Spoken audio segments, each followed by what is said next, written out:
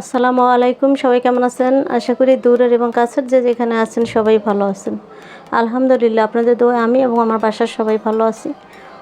তো আমি আজকে আপনাদেরকে একটা নিয়ম দেখাচ্ছি। মাগুর মাছ কীভাবে কেটে পরিষ্কার করতে হয়। তো আমি অনেকটাই পরিষ্কার করে নিয়েছি আগে। তারপরে হঠাৎ মনে পড়লো যে আপনাদের সাথে একটু শেয়ার করি।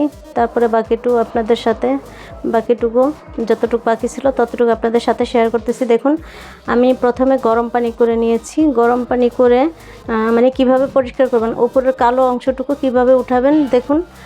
হালকা কুসুম পানির মধ্যে কিছুক্ষণ মাছটা ভিজিয়ে রাখবেন। ভিজিয়ে রাখার পরে মাছটা উঠিয়ে এভাবে যে মাজনি দিয়ে এভাবে আস্তে আস্তে করে ডলা দিয়ে মানে ডলে নেবেন।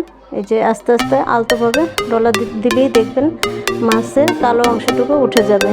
এইভাবে করে নিলে বাচ্চারাও খেতে মানে ভালোবাসবে, মানে খেতে ইচ্ছে করবে এবং বড়রাও খেতে ইচ্ছে করবে। যদি উপরে কালো অংশ থাকে তাহলে না বাচ্চা খেতে চায়, না বাচ্চা মানে কেউ বড়রাও খেতে চাবে না, বাচ্চারাও খেতে চাবে না, নিজের কাছেও ভালো লাগবে না। তাই উপরের কালো অংশটা যদি উঠিয়ে নেন কালোটা, তাহলে খেতে ভালো লাগবে সবার কাছেই।